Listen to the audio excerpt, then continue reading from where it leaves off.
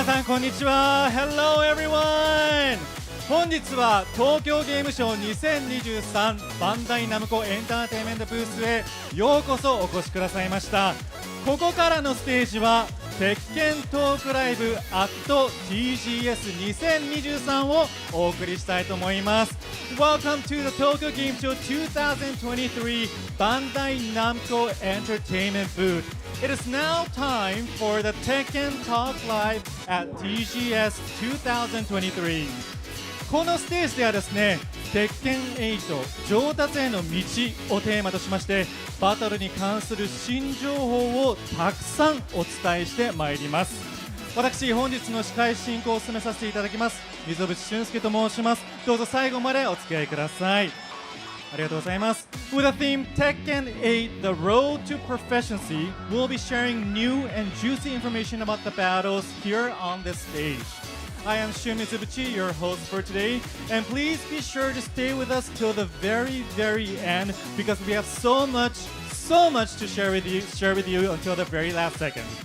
また本日は英語圏の皆様に向けても配信を行っております。日本語英語の順に翻訳がされまして、ゲーム画面の説明文が英語で記載されます。その旨何卒ご了承ください。Today's broadcast is also available for English-speaking countries. Please note that the game description will all be shown in English. それでは大変お待たせいたしました。鉄拳のプロジェクトメンバーの皆さんをお呼びしたいと思います。Please welcome the amazing members of Tekken Project. まずは鉄拳プロジェクトエグゼクティブプロデューサー原田勝弘。Katsuhiro Harada, Executive Producer of the Tekken Project!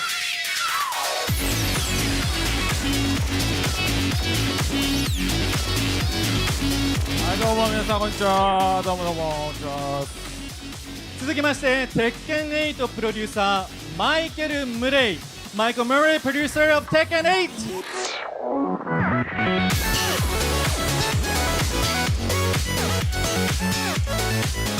Hello everyone. こんにちは。そして鉄拳8ゲームディレクター池田浩平。池田 The Game Director of Tekken 8。はい、皆さんこんにちは。どうぞよろしくお願いします。ようこそお越しくださいました。それでは原田さんから一言ずつご挨拶いただきたいと思います。We'd like to ask for a few words from the gentleman, starting with Mr. Harada。はい、皆さん、鉄拳でおなじみの原田でございます。鉄拳8皆さんお待たせしてますけど、今日たくさん、情報を持ってきましたんで、ゆっくり見ていってください。例によって全く台本僕読んでおりません。変なこと言わないように頑張ります。So let me translate for Harada real quick. He was saying, hello everyone. I'm sure you can't wait to play Tekken 8. We have a lot of new info for you today. And I apologize in advance because, like always, I haven't read the script. ありがとうございます。続きましてマイケルさんお願いします。こんにちは皆さん、プロデューサーのマイケルです。本日いろんな話できればと思いますのでお願いします。Michael, you all know me quite well. I have lots of Tekken 8 info to share with you all today, so I hope you look forward to it. ありがとうございます。Thank you, Michael。続きまして池田さんお願いします。Next, Mr. 池田 please。はい、皆さんこんにちは。鉄拳8ゲームディレクターの池田康平です。ニックネームの中津でも、呼ばれておりますが、今日は東京ゲームショウで、いろんな情報を、このメンバーでお伝えしていきたいと思います。空調が治ってちょっと涼しくて安心しました。引き続きよろしくお願いします。ありがとうございます。それでは皆様どうぞおかけください。Please take your seats。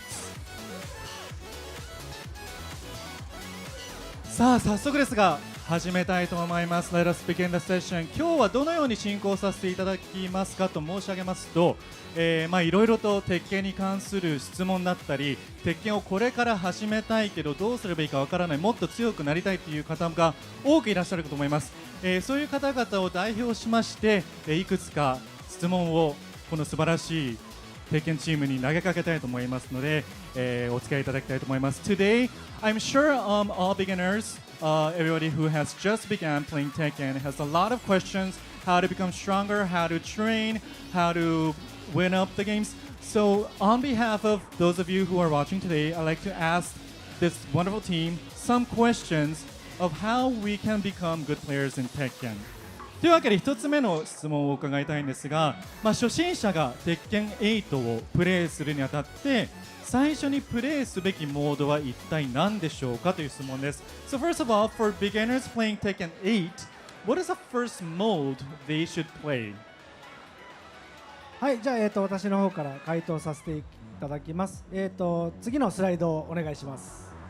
Next slide, please.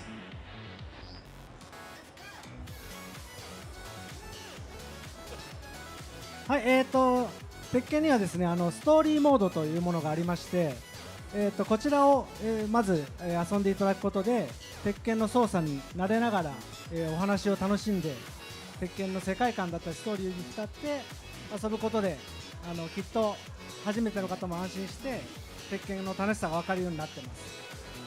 So the first mode to check out would be the story mode. So what this does is it kind of introduces you to the characters and the world setting, while also teaching you how to play the game. So this is a good place to start. はい、で、次のスライドをお願いします。Next slide, please. はい、とは言ってもやっぱ格闘ゲームっていろんなキャラクターがいて複雑なコマンドたくさん、鉄拳だと1キャラクター100個以上のコマンドがあるんですけど、そういったものを覚えてプレイするのは大変だよっていう方向けに今回このスペシャルスタイルっていうものをご用意してまして、本当にボタンを楽しく連打するだけでアクションゲームのような操作で、鉄拳の、プレイが楽しめるというものになっています。And we realize that it is a fighting game, and many people might feel there's a hurdle to play the game since there are many characters, each has over 100 moves each, so it's a lot to take in. So for these people, we hope that you'll check out the special style. So just by pressing the same button simultaneously, you can do all kinds of cool stuff in the game. はい、ということで、今ご紹介したストーリーモードを実際スペシャルスタイルで遊んでいる映像をご用意しました。この TGS が、全世界初公開になりますので、こちらをご覧ください。So we actually have some footage to show you for the story mode. It's the first time we're showing it here at TGS, so please check it out. Next movie.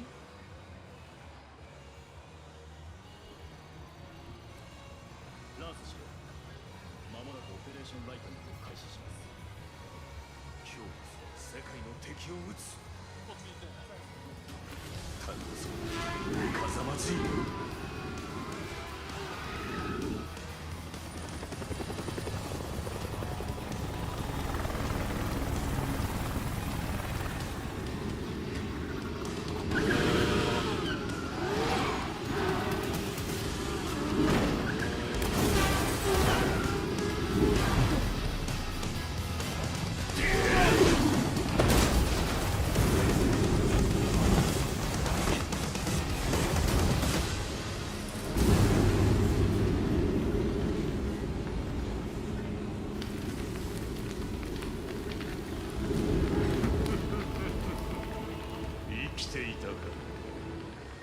世界に戦争の種をばらまいた大罪人が今さら何の用だ。西島和也、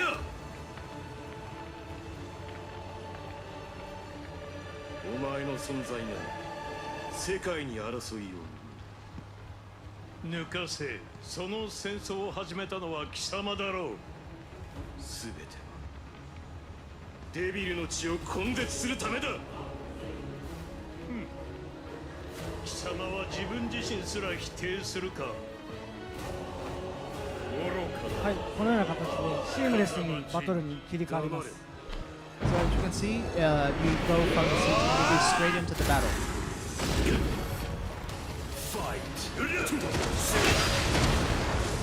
はい、今スペシャルスタイルをオンにします。And as you can see, the special style is now enabled.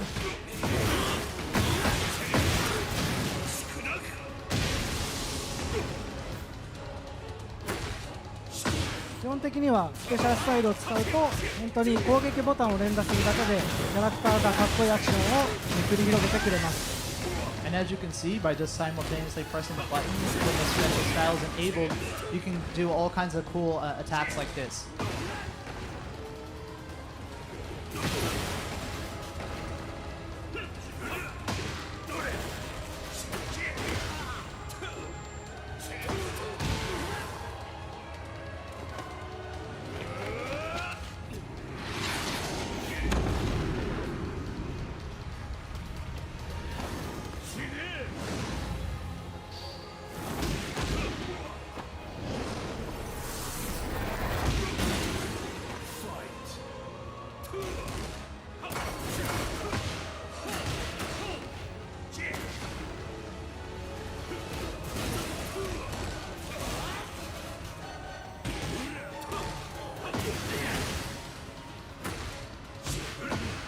その程度か。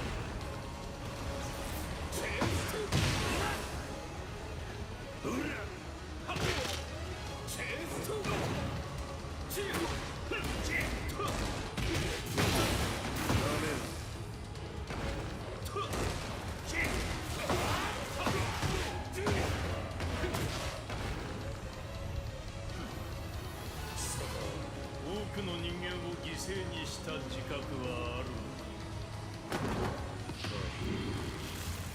俺は罪を償わねば。デビルの力を持つとして貴様、俺が殺す。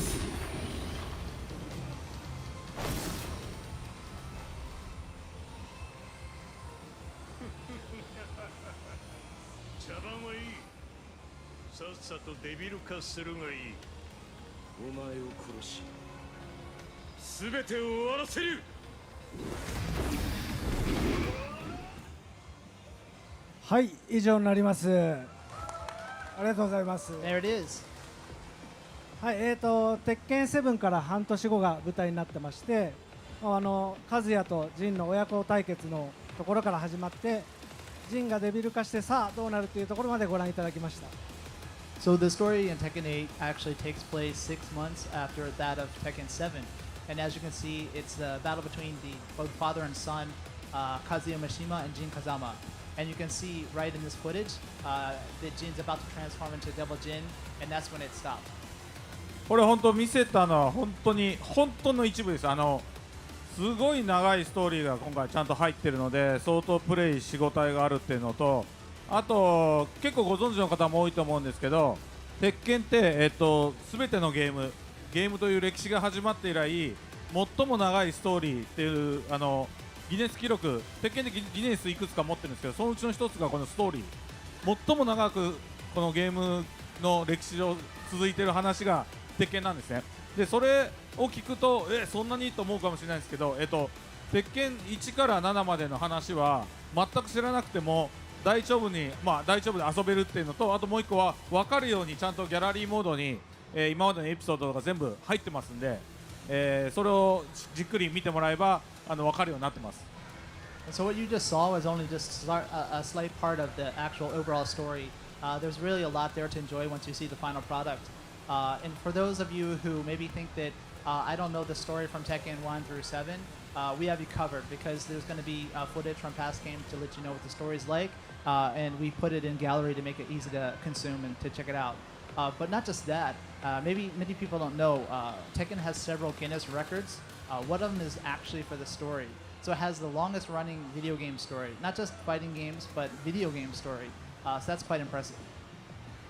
はい、ストーリーモードの冒頭をご覧いただきましたが、実は原さん、もう一つ今日ね皆さんにお伝えすることがあって。そうですね、さっき言ったメインストーリーも非常に長いボリューミーなものを入れてあるんですけど、もちろん、鉄拳といえば、初代の頃から続くねキャラクターごとのエピソードっていうのがあると思うんですけど、それも今回もちろん、入ってますので、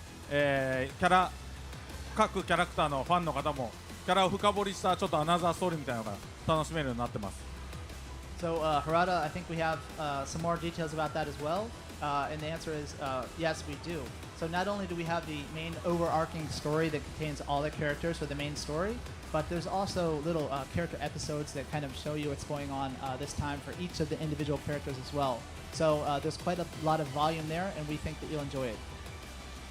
はい、じゃあその様子をちょっと、スライドになりますがお見せしますので、次のスライドをお願いします。So now we have a little bit more to show you in the next slide. So next slide, please. はい、今回全32キャラクターの、エピソードが楽しめるキャラクターエピソードというモードを収録しております。全キャラクリアするとご褒美のエンディングムービーが見れるので、こちらもぜひ発売したらお楽しみください。So in Tekken 8, you can check out the character episodes. We have one for each of all 32 characters. So when you play through this and you clear that particular episode, you'll be rewarded with a footage, a movie for each of those characters. So it should be quite entertaining. はい、というわけで、初心者の方はこれだけもうたくさんのストーリーを体験しながらスペシャルスタイルで操作に慣れていただくっていうのがまずファーストステップになると思います。So there you go. I think that's the best way to proceed in the game for people who are new to the game is to play through the story while you're learning the controls and check out the character episodes. ありがとうございます。本当に盛りだくさんな回答が返ってきて、ストーリーも楽しめて、エピソードも楽しめて、そしてスペシャルスタイルで慣れるということですね。So there you go. You can enjoy the story, also you can enjoy the character episodes, and then you can also get used to the game through playing by the special style. Thank you very much. では続きまして早速次の質問に行きたいんですけれども、やはりですね、従来の操作方法であるアーケードスタイルをやっぱり勉強したいという人も多いと思います。このアーケードスタイルの基礎知識やテクニックを学ぶにはどうすればいいかというのを伺いたいと思います。So how can a beginner learn the basics and techniques in arcade style? はい、こちらに関してはやはり、格闘ゲームは初心者だったりカジュアルなお客さんにもぜひ楽しんでいただきたいと思って、鉄拳8で新しいモードをご用意しました。次のスライドをお願いします。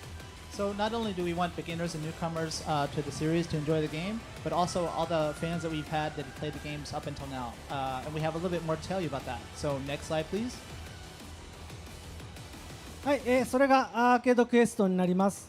プレイヤー自身の、アバターを作成して、90年代のアーケードシーン、ゲームセンターを舞台に、自分がそのゲームセンターを巡りながら、仲間た2人相棒のマックスとともに成長しながら、鉄拳の基礎知識やテクニックを学べるモードになっております。So we'd like to tell you about a brand new mode for Tekken 8 being the Arcade Quest.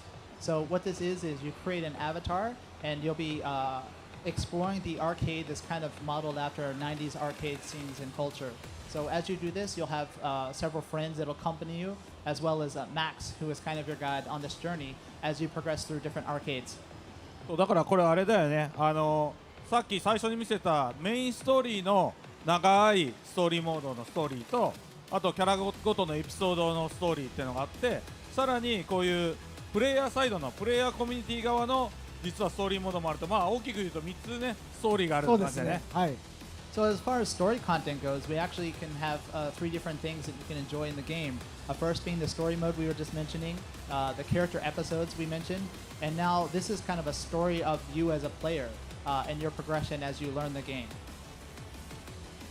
はい、スライドだけでやっぱり物足りないと思うんで、こちらも、なんとなく雰囲気がわかる映像をご用意しましたので、映像をご覧ください。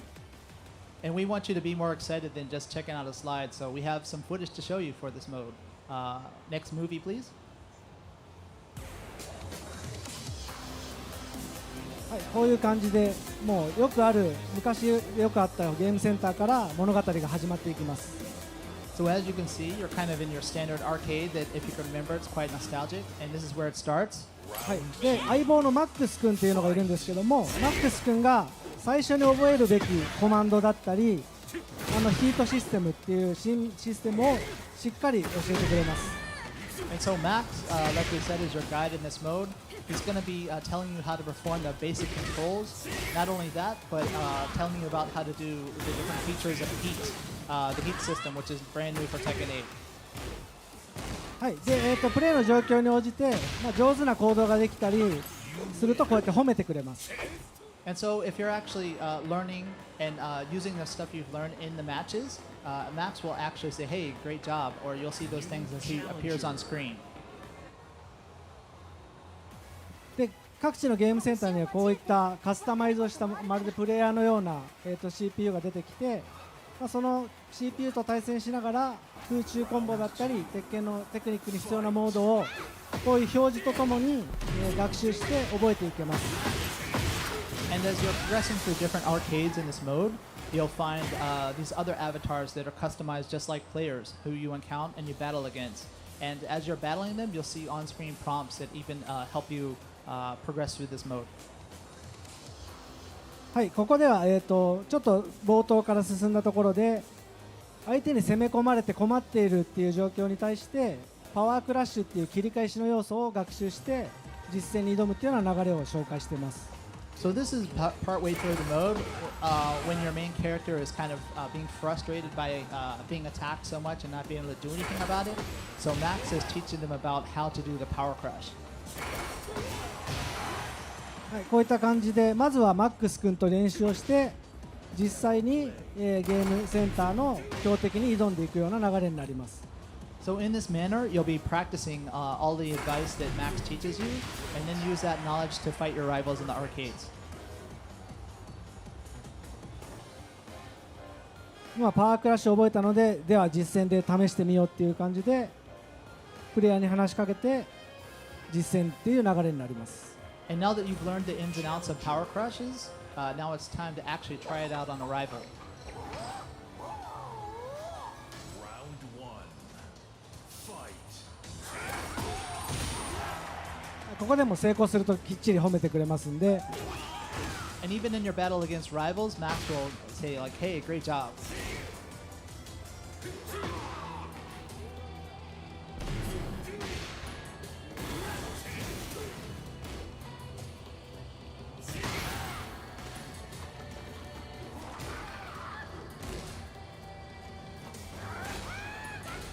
はい、なんで教えてもらったことを実戦でこう試していってどんどん成長していくようなモードになります。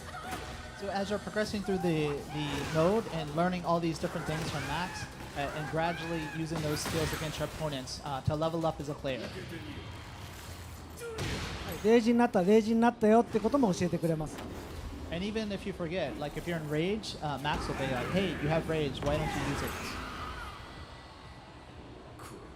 という感じで、なんていうんですかね、ゲームセンターで遊んでいて後ろでこう相棒がアドバイスしてくれながら実際のプレーを学んでいくような体験ができます。 So you can kind of get that feeling that many of us had in the arcade, where you have a friend behind you who's giving you advice as you're playing to be a better player. はい、以上になります。ありがとうございます。Thank you. That's it.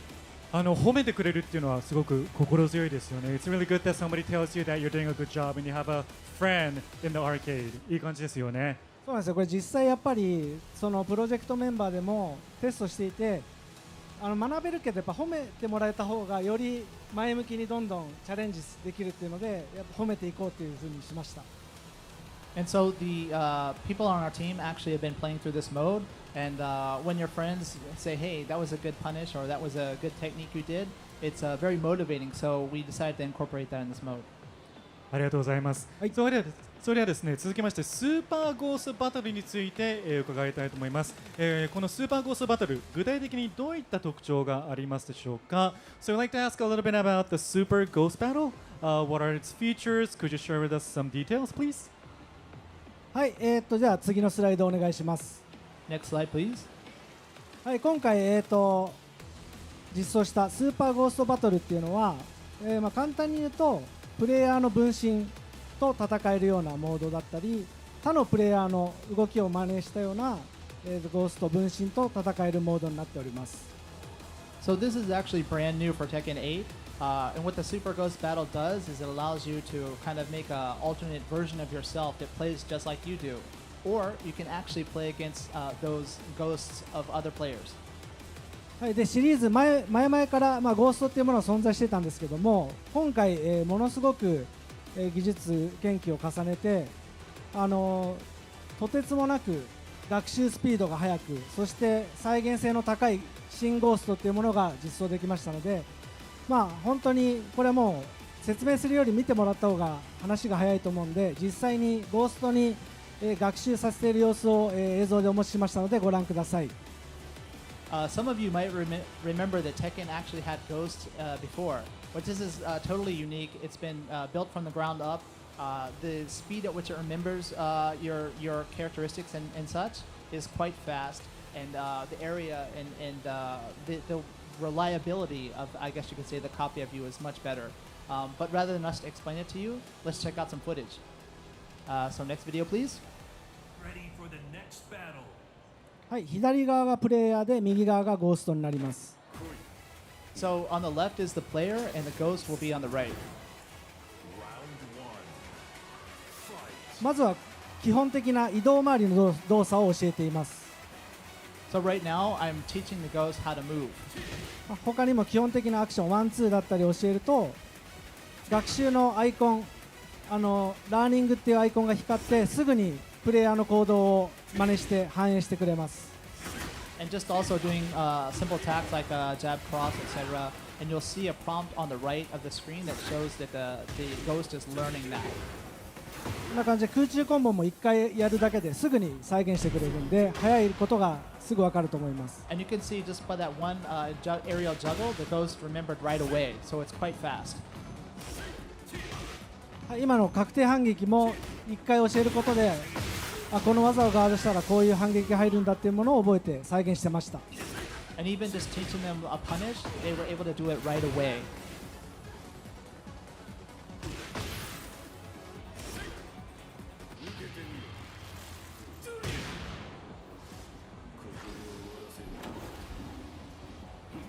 なのでこれ面白いのが、実際自分ができることが増えると、ゴーストもできることが増えて再現してくれるので、自分の成長を客観的に感じることができるんですね。 So it's actually quite interesting because it's hard to tell how much you've gotten better as a player. But if you're watching your ghost, it's much easier to tell how much progress you've made. なんで実際自分が目の前に対峙して行動してくれると愛着が湧くし、なんか自分が上手くなればゴーストも上手くなるし、もっと頑張ろうみたいなそういう気持ちになれるんで、結構僕これ好きでゴーストの育成はよく楽しんでます。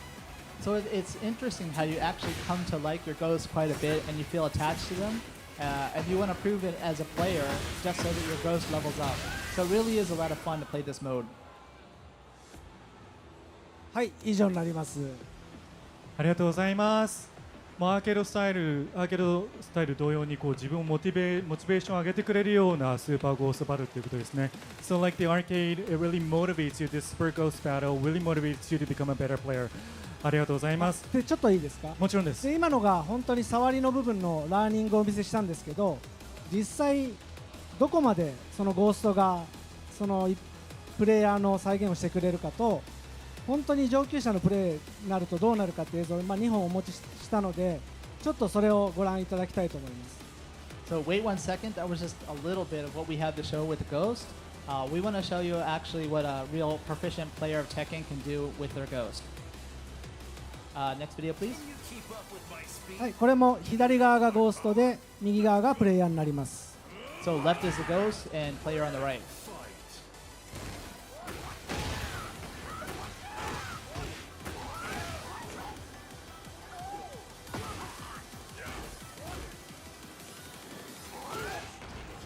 このゴーストは、中段と下段の2択をメインで覚えさせていて、そういう特徴のあるゴーストを、開発陣が作ったものになります。 So you can see someone on our dev team actually created this ghost, and their strategy here is to mix mid attacks and low attacks.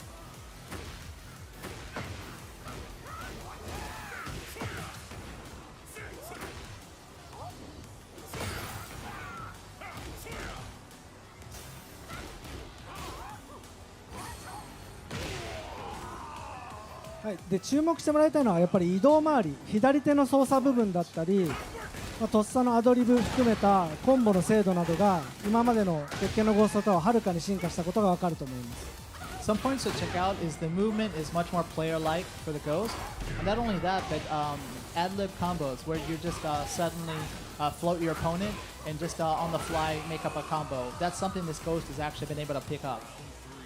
はい、なんで本当にその実際の人間と戦っているような感覚で練習試合のようなものができるっていうのがこのスーパーゴーストバトルの楽しいポイントになります。 So it really actually feels like you're playing a human opponent, and as such, it helps you play prepare for other human opponents as well. So it's really a great mode, and we're excited about this one. こういう本当瞬間的な浮きに対してもアドリブでコンボを決めるっていう、ここまでかなり高度なことをやってます。 It really is cool to see him just pick up an opponent who's accidentally floated or for something like that, and just without dropping it, to go straight into a combo. You can see how intelligent the ghost is. はい、じゃあこの試合はこのぐらいにして最後にもう一つ面白い映像があるのでこの映像を一旦止めていただけますか。 Alright, so that's it for that footage. We have something else kind of cool we want to show you. はい、もう一つ最後にお持ちしたのは、バトルディレクターの、ミシマスターに、10試合程度ゴーストを学習させて実際ミシマスター本人がミシマスターのゴーストと戦うとどうなるのかっていう、現実世界ではなかなか、絶対にできないことを、動画に収めてきたのでそこをご注目ください。自分と戦うってことだよね。そうなんですよね。はい。So we actually have footage of the battle director, you know, as Mishimaster. He played 10 matches, I believe, to create this ghost, and now he's going to play against himself, which you can't do that often, right? So quite interesting footage. Let's check it out. ミシマスターさんは結構もともと有名アーケードで有名なミシマ使いのプレイヤーだったんですね。今バトルディレクターやってます。Just background info: the battle director Mishimaster was a very famous Mishima player back in the day. 動き注目してください。かなり人っぽく動きますんで本当に。So if you look at the character, the Mishima and how he's using the character, it's quite human-like in the movement. For the ghost, that is.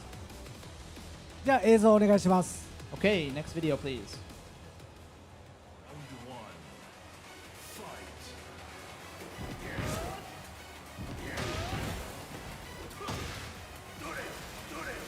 はい。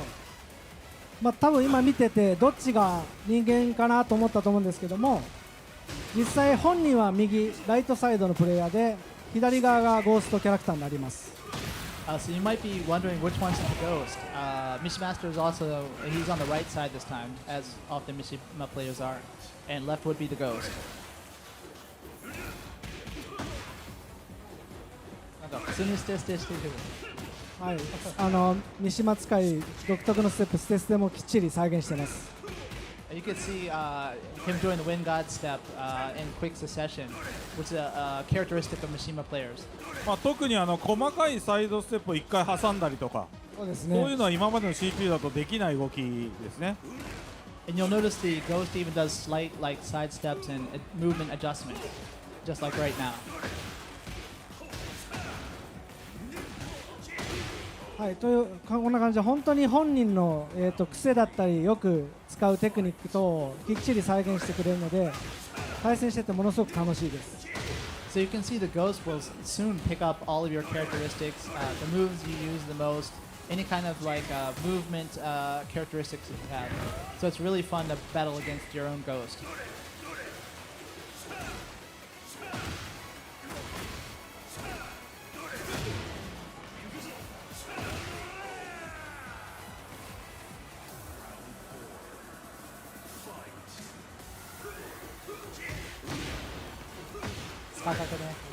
今の上段をしゃがんでの反撃とかもすごい上手くて本人もよくやる行動ですね。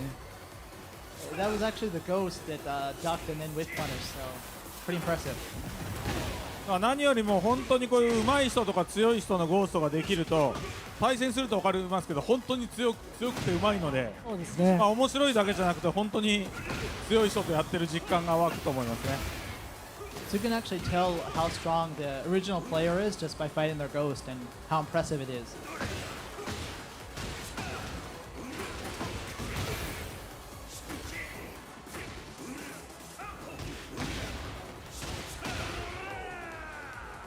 はい、かなり接戦で本人も結構焦ってました。So Mishimaster is actually his back was against the wall during this match. これね当たり前だよね。自分とやってるんだから実力はほとんどそう同じはずなんです同じになるぐらい。本当に今回の AI はかなりレベルが高いので、レベルが高いっていうのはラーニングのね技術がすごいので皆さん本当に試してください。本当に人間みたいに動きますんで。 So actually, you know, it should be pretty close in skill to yourself since it's your ghost and it learns quite well. And the technology behind it is so improved. はい、以上がスーパーゴーストバトルの、映像でした。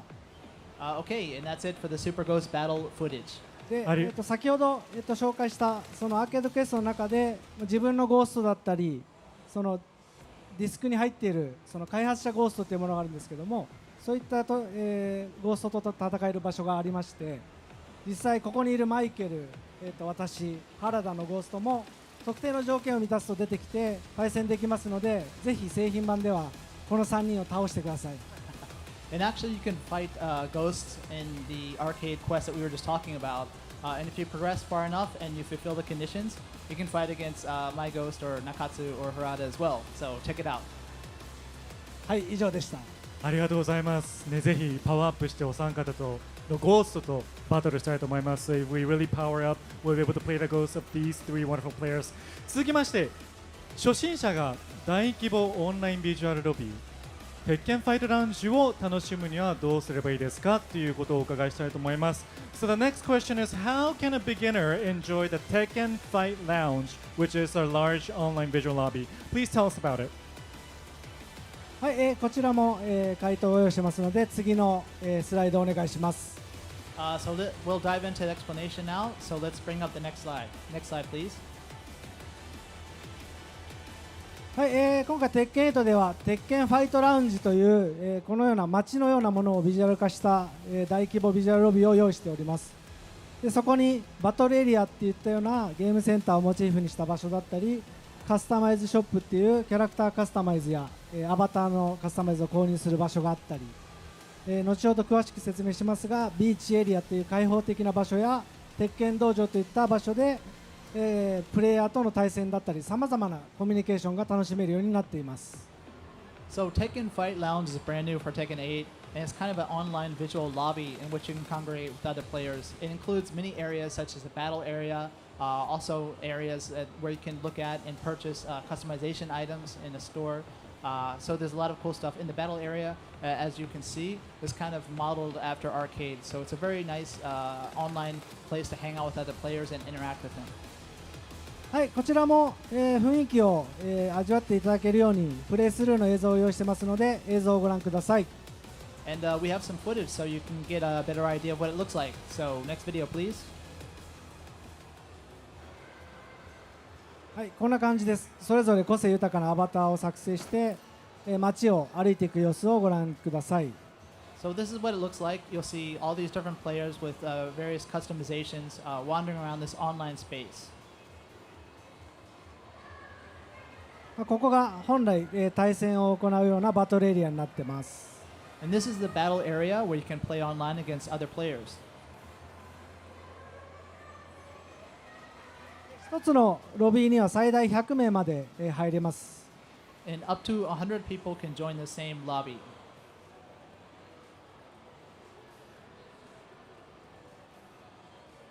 ここではそのカスタマイズのアイテムを購入したり自分がキャラクターのカスタマイズやアバターのカスタマイズを着替えすることもできます。 And here you can see various different customization items that you can purchase. And also you can change change into different items with your avatar. ここは結構開発中やっぱ作るときに毎日通いたくなるような本当楽しげな空間にしようっていうところで見た目だったり音楽だったり雰囲気にすごくこだわりました。 And so we wanted people to want to come back every day online to not only interact with their friends, but to check out all the different cool customization items we have. So the music, the atmosphere, all this stuff is made to be more exciting and make you want to come back and see it every day. ちょっと80年代とか90年代のアメリカのアーケードをちょっと意識してデザインしてますね。So we actually looked at various arcades throughout the world during the peak of the 80s and the 90s as inspiration for the design.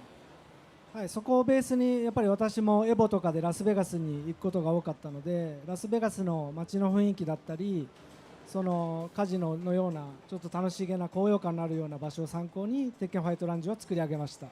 And not just arcades, all three of us have been to Evo quite often, so some of the atmosphere of that or some of the kind of exciting atmospheres you see in the casinos, etc. in Vegas is also in the mix for this.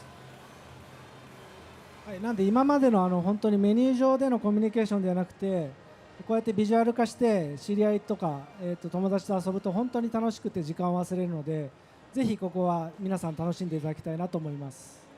So rather than just communicating with people over voice or text, we really want to create this atmosphere for people to come online and hang out with their friends and make it feel as similar as possible to the real thing.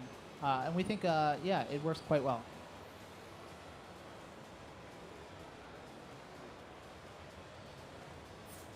こんな感じでエモートもあるので、エモートを使ったコミュニケーションも楽しめます。And there's emotes as well, which you can use to communicate with other players. はい、といったのが鉄拳ファイトラウンジになりますが。ありがとうございます。ここでですね、鉄拳ファイトラウンジのことに関して、ここで鉄拳ファン待望のあのモードが復活するというふうに聞いたんですけれども、そのあのモードに関してちょっと詳しくお聞きしたいです。So I heard that mode, the mode, which has been long waited by Tekken fans, is coming back at the Tekken Fight Lounge. Please tell us about the mode. はい、ファン待望っていうのもあるんですけども、実際僕がまだ開発に入る前に、よく遊んで、これは絶対作りたいと思っていたモードになります。次のスライドお願いします。So yeah, the mode is something that people, not only have fans, been asking for quite some time, but Nakata himself, before he joined the team, he played this mode so often and thought if he ever had the chance, he wanted to try this again. So let's see the footage. はい、それが、鉄拳ボールになります。Oh, Tekken ball. So there you go. ここは本当にビーチエリアっていう原さんがすごくこだわったポイントで、開放感のある場所で昔みんなが好きだった鉄拳ボールのビーチボールのミニゲームをやって、オンライン上でコミュニケーションをとって楽しんでほしいと思って、こういったエリアとモードを用意しました。So Tekken Ball, as you can see, if you played in the past, is kind of set in a beach environment, and this itself is also an extension of the online lobby we're showing you. And we really put a lot of effort into making this very open and airy, and a place to just kick back and relax, as a great place to do the Tekken Ball. はい、ではこちらも実機の映像がありますので、映像をご覧ください。So now we have some footage. Next movie, please. Get ready for the next battle. キャラクターはちょっと鉄拳3にいたキャラを鉄拳3っぽくアレンジしてみました。We chose characters from Tekken 3 and made them look similar to that installment. 実際このモードは相手を殴るんではなくて、ボールにダメージを与えて、そのボールを、食らってしまったり、自分のコートにボールが落ちてしまうと体力が減るといったミニゲームになります。And obviously, this is different than battles where you don't directly attack your opponents. You attack the ball, which then concurs damage. And if you hit your opponent with the ball, it can do damage to them. Or on the other hand, if you drop the ball on your court in such a manner, then you'll receive damage. はい、でここでもホーミングアタック、パワークラッシュ、トルネード誘発技といった、鉄拳の上達に必要な技を使うと魔球といったすごく高速のボールだったりジグザグにブレたり、上空から落ちてきたりする楽しいボールが変化します。And by using some attacks like homing attacks or perhaps power crushes or certain moves like that, can make the ball have like a different glow to it, and it actually travels in a different trajectory. これオンラインももちろん対戦マッチングしてできますし、あとオフラインでもできるので大会とかのイベントのサイドトーナメントとかで遊んだりもできます。So this can be played online against other people or with your friends offline. So if you wanted to, you can actually have like some kind of a side tournament just playing Tekken Ball.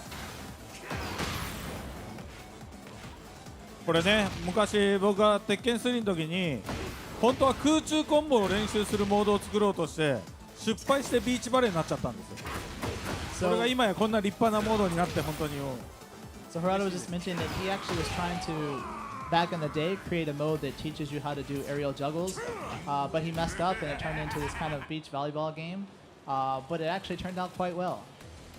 はい、なんで本当に普通の対戦に疲れた時もおすすめですし、このモードを遊んでるだけでも鉄拳に必要なスキルが身につくっていったら楽しいモードになってるんで、ぜひカジュアルなお客さんにも遊んでいただきたいです。So it's actually a fun mode to just take a break if you're kind of frustrated or tired from the pressure of online battles. So just to kick back and relax with your friends. But it is kind of useful for timing and what kind of techniques you might want to use in battles as well. So it serves both purposes. はい、以上が鉄拳ボールの説明でした。That's all for the explanation on Tekken Ball. ありがとうございます。Thank you very much. もうここまででも結構お腹いっぱいでてんこ盛りの情報なんですけれども、まだまだ続きます。ここで10分間の休憩を取りたいと思います。テケントークライブ at TGS2023 まだまだ続きますので、どうぞ皆さん引き続きお付き合いください。So we had a lot of information so far, but this talk live will continue. We'll now take a 10-minute break.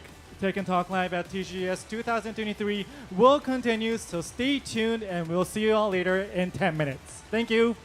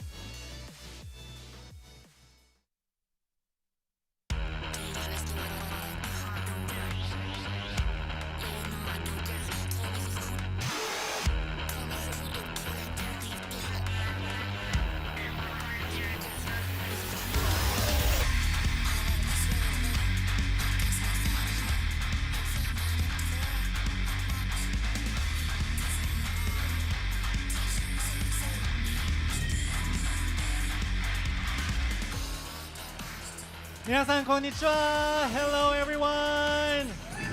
東京ゲームショー2023バンダイナムコエンターテインメントブースへようこそお越しくださいました。鉄拳トークライブ at TGS2023、 ここからは後半戦をお送りしたいと思います。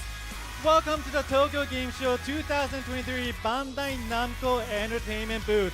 You're joining us as we begin the second half of Tekken Talk Live at TGS 2023。 このステージでは鉄拳8上達への道をテーマとしまして、バトルに関する新情報を盛りだくさんでお届けしております。改めて本日の司会進行を務めます溝渕俊介です。 With the theme Tekken 8 The Road to Proficiency, we'll be sharing new information about the battles here at this stage. Once again, I'm your host俊溝渕。また本日は英語圏に向けても配信を行っております。日本語英語への翻訳、そしてゲーム画面の説明文が英語で記載されます旨ご了承ください。 Today's broadcast will be also available for English speaking countries. Please note that the game screen explanations and descriptions will be shown in English. さあそして素晴らしい鉄拳プロジェクトのメンバーをご紹介します。 Here with me are the wonderful members of the Tekken project. Tekken Project Executive Producer Harada Katsuhiro, Katsuhiro Harada, Executive Producer of the Tekken Project. はいどうも皆さんこんにちは。そして鉄拳8プロデューサーマイケル・ムレイ、マイケル・ムレイ、プロデューサー of Tekken 8。 Hello everyone. 皆さんこんにちは。そして鉄拳8ゲームディレクター池田浩平です。浩平池田、Game Director of Tekken 8。はい、皆さんこんにちは。鉄拳8ゲームディレクターの池田です。よろしくお願いします。さあというわけで引き続き鉄拳8の盛りだくさんの情報を皆さんにお送りしてまいります。 So on to more juicy information about Tekken 8。 どうぞ皆さんお書きください。 Please take your seats。さあ前半戦に続きましてこの後半戦でも、これから鉄拳8をプレイする方、プレイしたい方、初心者の方々に向けて、どうやって鉄拳8を、プレイしていくか、どうやって進めていくか、後半戦ではもうちょっと込み入ったもうちょっとアドバンスなお話を聞いていきたいと思います。 So like the first half and the latter half of this talk live, I'm sure there are a lot of people who are just starting Tekken 8, who are hoping to buy Tekken 8, who wants to play Tekken 8 but not yet have. On behalf of those people, I'll be asking more questions about how to play Tekken 8 and how to become better player with Tekken 8. というわけで、続きましての質問でございます。鉄拳ファイトラウンジでプレイ可能なオンラインバトルの種類についてお聞かせください。So what types of battles are available to play online at the Tekken Fight Lounge? はい、こちら、先ほどご紹介しましたけども、具体的にどんなことができるかを紹介します。次のスライドお願いします。 So we talked a little bit about Tekken Fight Lounge, but we're going to go into more detail. はい、鉄拳ファイトラウンジのオンラインバトルは、普通に段位などを気にせずに遊ぶ人向けのクイックマッチというものと、そのゲームセンターのような筐体、対面の筐体だったりグループを使った筐体を使ったグループマッチっていうものと、あとはランクマッチ主にできるのはこの3種類の、試合形式になります。So there are actually 3 different battle types that you can do in the Tekken Fight Lounge. One of them would be a quick match. This is for people who don't want to lose their rank or to have any kind of movement, just to have fun. Then there's also a group match where there's a bunch of arcade machines and they're separated into groups, so you can fight online against people in your same group. And then there's also rank match, which many of you are familiar with. You fight against opponents, and your rank can actually change accordingly. あとオンラインマッチっていう意味ではさっき前半戦でお見せした鉄拳ボールも一応オンラインでできるんで、はい。Well, and if we're talking about online battles, then I guess we should include Tekken Ball. That's another option you have to play against people online. はい、でもちろん対戦だけではなくてですね、ゲームセンター同様に、対戦している人の、実際どういうプレーをしているかっていう後ろからの観戦もできるようになっています。But like in the arcade, it's not just about playing yourself. You can actually stand behind other people and spectate their matches. なので、実際この人とぜひ次対戦したいなだったり、なんかちょっと自分と同じぐらいで勝てそうだからやってみたいなみたいな、そういった体験ができるようになっています。So you can actually watch people play and be like, oh, that's an interesting player. Maybe I should play them next. Or maybe this person's about the right skill level for me. Maybe I should try a battle with them. まさにゲームセンターだよね。そうですね。ゲームセンターでみんな対戦してるのを後ろから見てるみたいなイメージがあったと思うんですけど、そういうのをイメージしたモードになってますね。Just like the arcades, if you've been to one before, you can kind of see there's a lot of players in the background who are just spectating, and that's actually quite enjoyable in itself. はい、で、そのプレイヤーの実際どういうプロフィールだったりスキルを持っているかっていうようなプロフィールを確認できるような画面が、右手にある、画像になってますね。Not only watching them battle, you can also look at a player's profile, which shows you various things about them, including their various skill rankings, etc. 今日はちょっと用意してないんですけども、この自分のプロフィール部分もカスタマイズ可能になってますんで、製品版をご期待ください。And we won't be going to much detail on it now, but you can actually customize your own profile. So we'll have details about that at a later date. はい、以上がオンラインバトルの簡単な説明になります。And that's it for the explanation on online battle. ありがとうございます。Thank you very much. このオンラインバトルの中でランクマッチの話が出てきましたけれども、このランクマッチのシステムについて鉄拳7と鉄拳8どう違うのか、その点もちょっと伺いたいと思います。So you just mentioned a rank match right now, but how does the rank match system differ from that of Tekken 7? はい、こちらも簡単なスライドをご用意しましたので説明したいと思います。次のスライドお願いします。So now we have a slide prepared to explain a little bit about the rank match in Tekken 8. はい、主な変更点はこちらです。まず、鉄拳7ではランクマッチ無制限としてましたが、やっぱりランキングを公平に行うっていうところで、BO3 2試合選手制の、対戦形式になってます。So some of the details. First off, for Tekken 7, you could continually rematch your opponent in ranked. We made some changes to this. For Tekken 8, to make sure that it's fair ranking system, we limited it to best of 3. 次に、段位の数ですね。数は鉄拳7は37ありましたが、今作では30に絞ってます。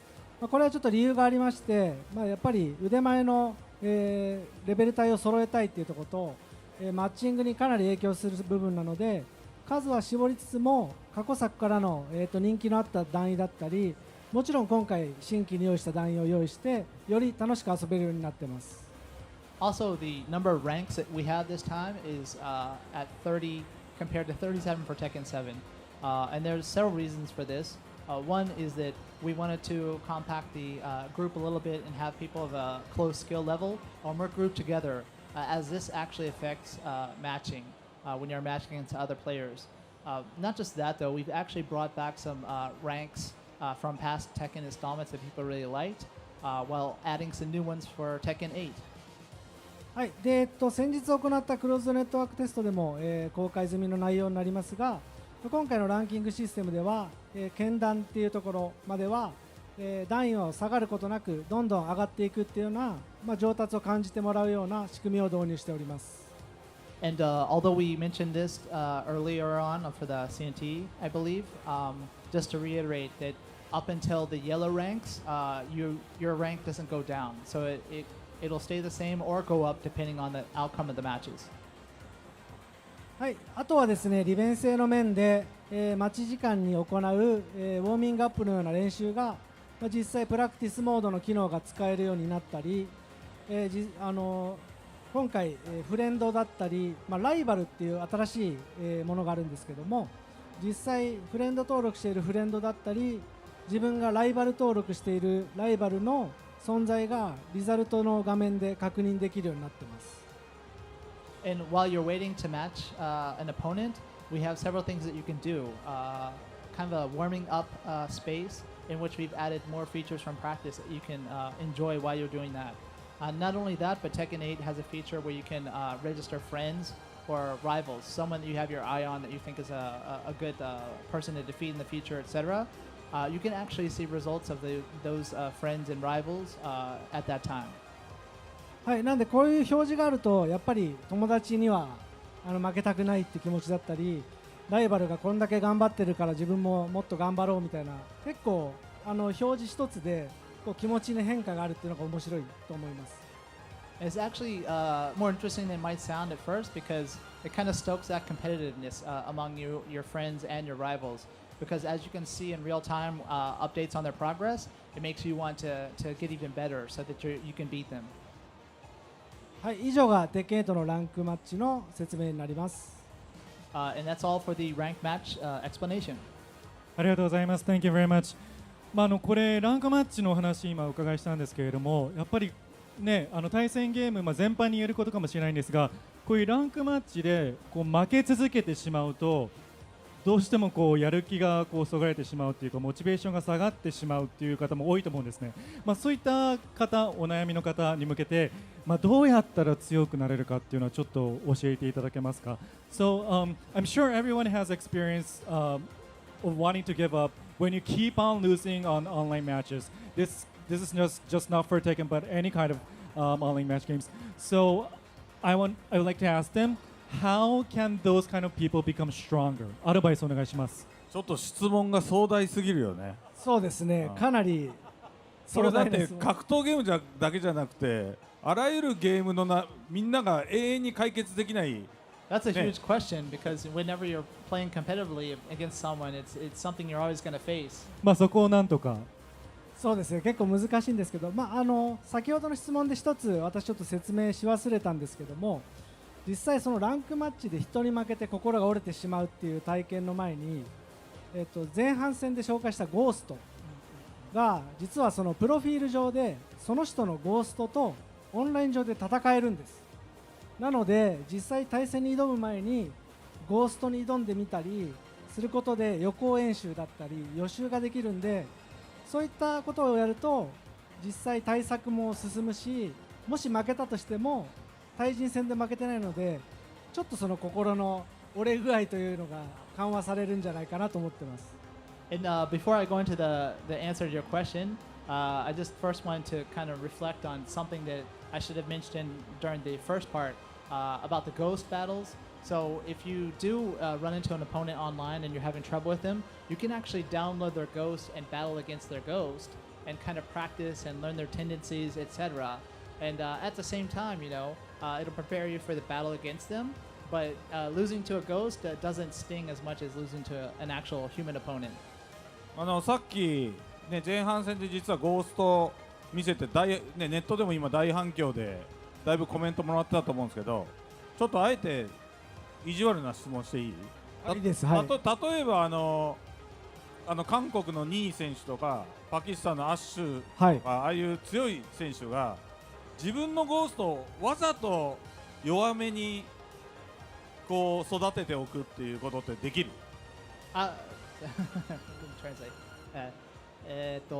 ごめんね、ちょっとこのヒートアップしてなかなか通訳するあれがないんですけど。So Harada says he wants to ask a kind of mean question to Nakatsu just before we move topics. So say you have Knee or Arslan Ash or some kind of famous competitor in the Tekken World Tour. Can they make their ghost weak on purpose so that people can't learn their strategies? はい、結論から言いますとできます。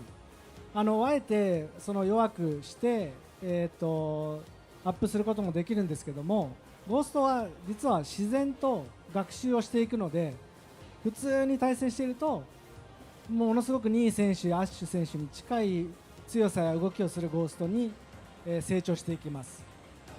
So the answer would be you could try to make a weak ghost and upload it so that people don't learn about you in the competitive scene. But the ghost is quite clever and it's going to learn your tendencies. So if you're practicing and playing the game, it's going to learn that version of you.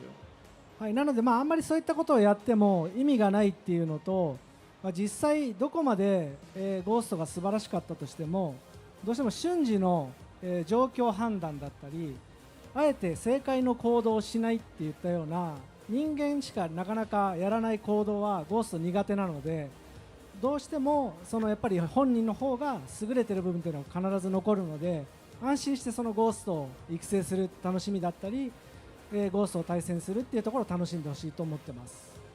But we don't want you to focus on that. There's really no point in trying to make a weak ghost to cover it up because no matter how intelligent the ghost is going to be, it's still not going to have that split-second decisions of human beings or thinking outside of the box in certain situations. So it's always going to be the case that the human is going to do better competitively.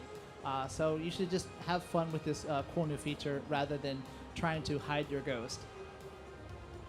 はい、実際プロフィールからゴーストと対戦する映像もちょっと予備で用意してたものがあったので実際どんなものになるかをちょっと触りの部分だけお見せします。映像をお願いします。So we did actually have some footage prepared just in case we wanted to show this. So here is how you fight against the ghost from profile. こんな感じでゴーストは32キャラクターそれぞれに作られるのでその人がプレイしているゴーストがプロフィールに表示されます。So for one player's profile, it would include 32 ghost characters, one for each character, right?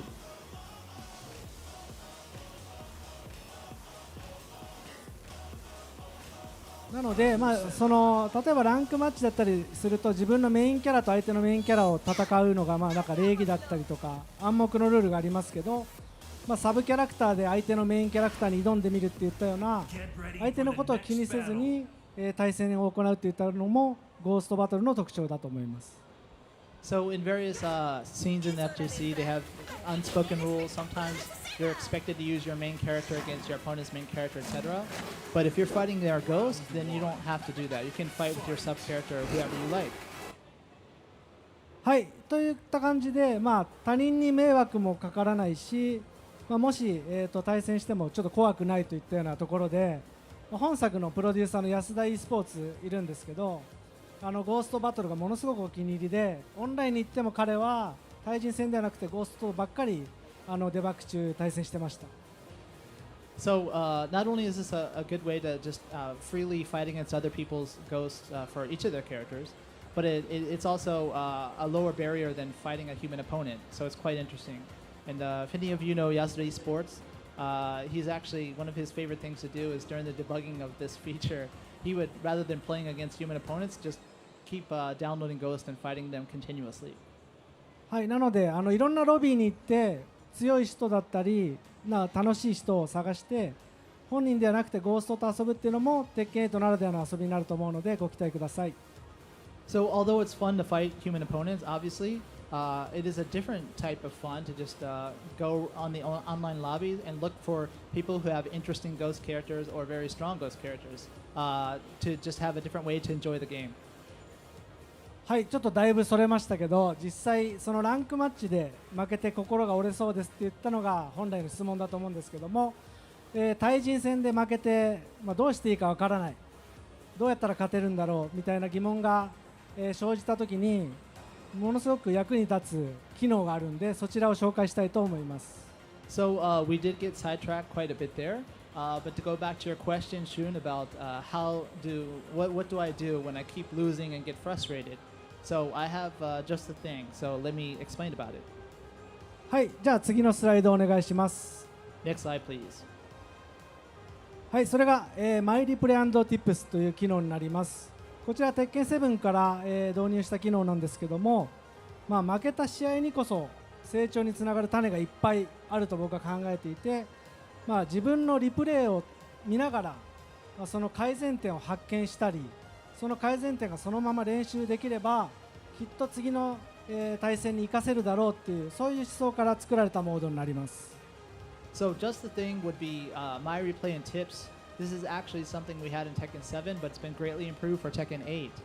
What this is you know, it sucks to lose, but losses are very valuable because they give you many hints on what you can do to improve to be a stronger player. はい、では実際ちょっと負けた試合、どんなラウンドだったかっていうのをご覧いただきたいと思います。So now I'm actually going to show you footage of one of my matches in which I lost and how I review it. Ready for the next はい battle. サンプルとして自分が例えばリリだった場合の例です。And for the sample is when he's playing as Lily.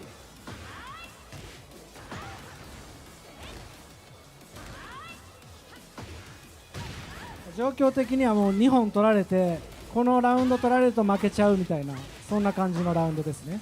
So in this situation, he's already down 2 rounds, and this would mean the match if he loses it. はい、おそらくこれが最も心が折られる状況だと思いますね。1ラウンドも取れずに負けてしまう。 So this is probably the most frustrating instance, right? When you lose 3 in a row. はい、そんな時どうするかっていうのを次の映像で、解決策をご覧入れますので次の映像お願いします。 So what do I do? I'm going to show you in this footage. Next video, please. はい、これ先ほどの負け試合のリプレイになります。 This is a replay of that match I just lost.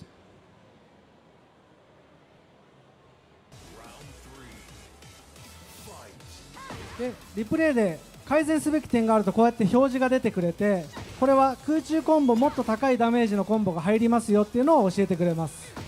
And during the replay, there's prompts when they find something you can improve on. In this instance, your aerial juggle was low powered, and you can do more damage with a more optimized combo. はい、で空中コンボの改善点だけでなくてですね反撃この技をガードすると実は反撃ができるんですっていったようなことも教えてくれてリプレイからその場で練習が可能になります。 And not just aerial combos, but when you block a move and are able to punish but didn't, it teaches you like this. And you can actually go straight into practicing punishing. はい、あとは上段のしゃがめる連携があった場合にここしゃがめるんだよっていったようなことを教えてくれて実際ここは結構すごいんですけどもリプレイをそのまま操作しちゃうっていう10秒間だけリプレイのキーを乗っ取ってあと10秒違う動作をしたらもしかしたら避けれたかもしれないこういった練習ができるようになってます。 And not only that, but it even shows you when there's certain strings which you can duck to evade certain points. But what's really cool is during the replay for 10 seconds, you can actually take control in that particular instance and see if you could have done something better. はい、あとは投げ抜けも教えてくれるので投げが来たら両パンチを押せば抜けれたかなっていうところを同じ状況を再現しながら練習が可能です。 It'll also teach you when you don't do proper throw sketch. It'll tell you the proper inputs and let you practice right on the spot. はい、なんで課題を教えてあげてその場ですぐに練習して上達への道に案内してあげるっていうのがマイリプレイ&チップスになります。 So not only does it tell you what you did wrong, it gives you the opportunity right then to practice and to improve that. 素晴らしい機能だよね。ありがとうございます。すごいよ That's a ね。 great feature. どこの会社が作ったんだろうねこれね。 I まあ wonder 作 who ったん made ですかね that. これ。こんなんなかなかないでしょこれ。なかなかないですね。 You don't really see that often, do you? これは素晴らしいゲームだよね。 This is a great game. あうわそんな自画自賛するのはジャパネット高田の社長ぐらいしか見たことない You です。 sound like Takada from the online shopping when you're. ー素晴らしい。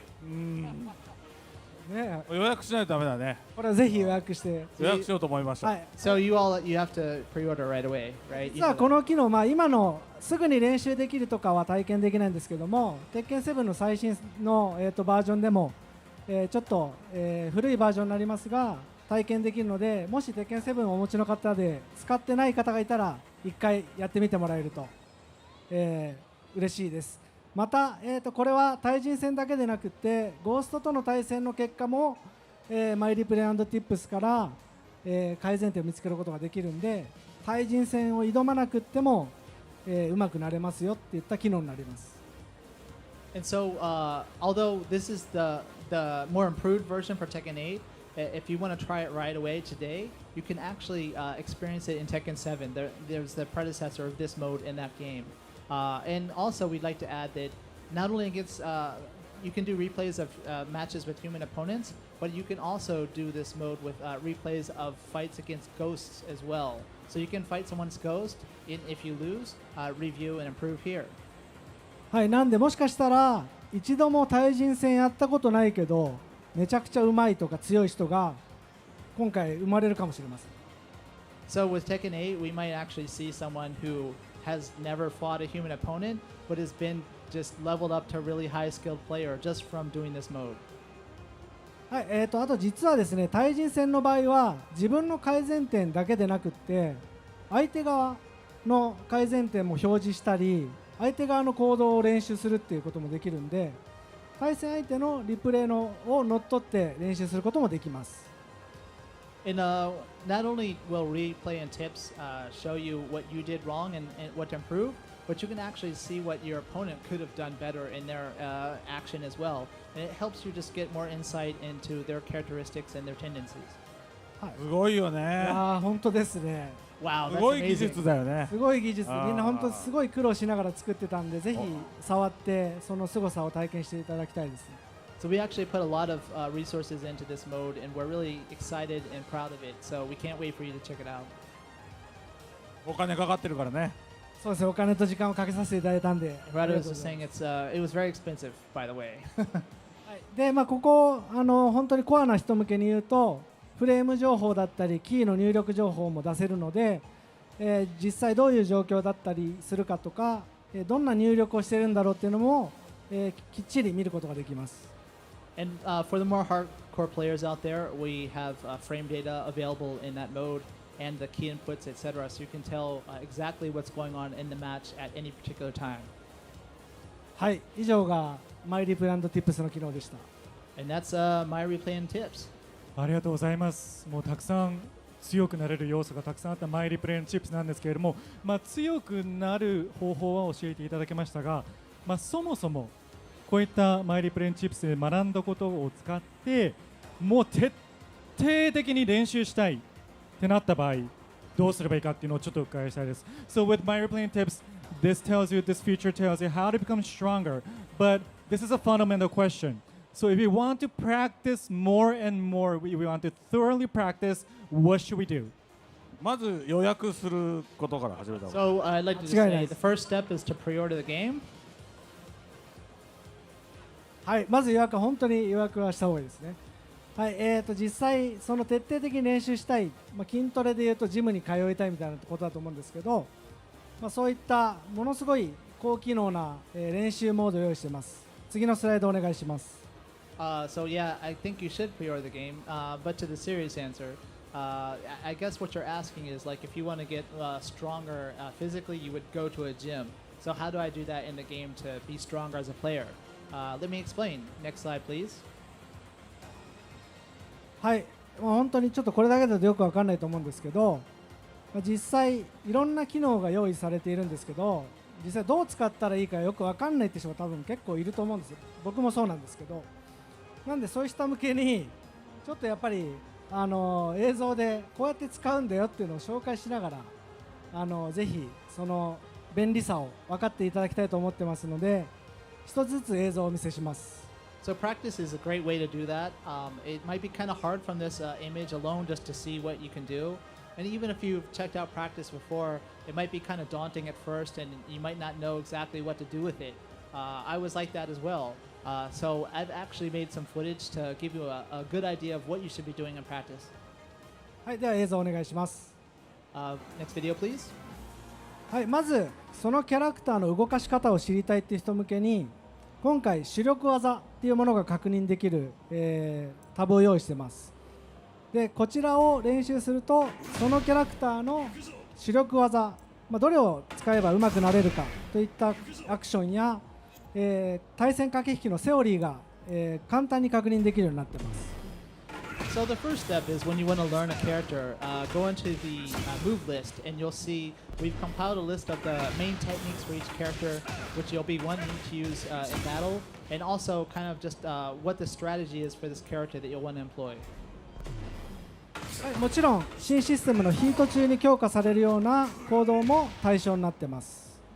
Also mentioned in this section is what changes about the character, what powers up when they're in the heat state. 今回はね、フレームデータも最初から入ってるから、はい、無料ですからね。そうですね、今回は無料です。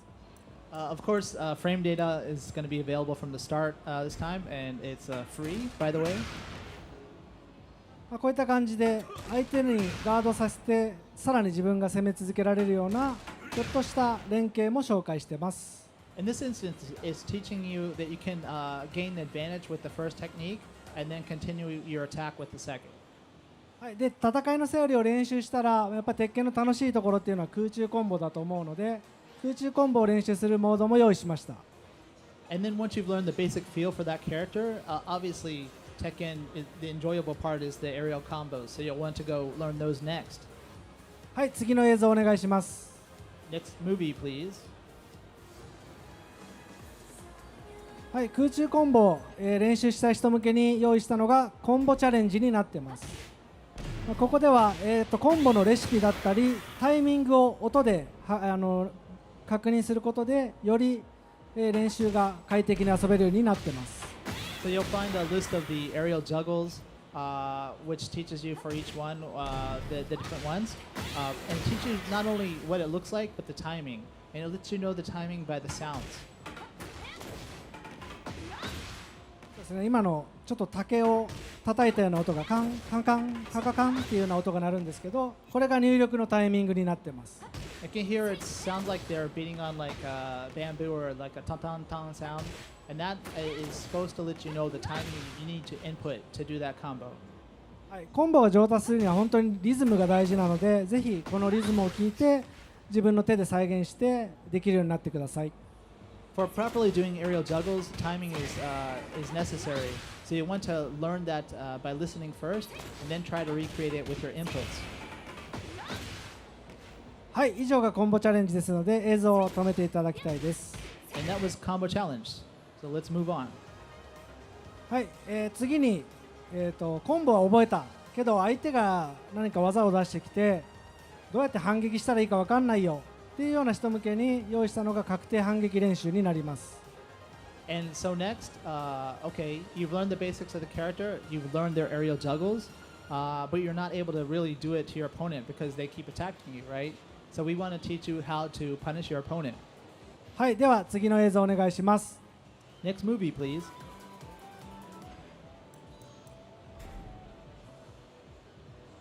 はい、アズセナは新キャラなのでどういうところで反撃ができるか分かんないって時にすぐに反撃ポイントが確認できます。So Azucena being a brand new character, you might not know which attacks are vulnerable for her. So this actually tells you which attacks to look out for and how to punish. 成功するとこうグレートって言って褒めてくれてどんどん、その相手キャラクターの主力技に対応する練習ができるようになってます。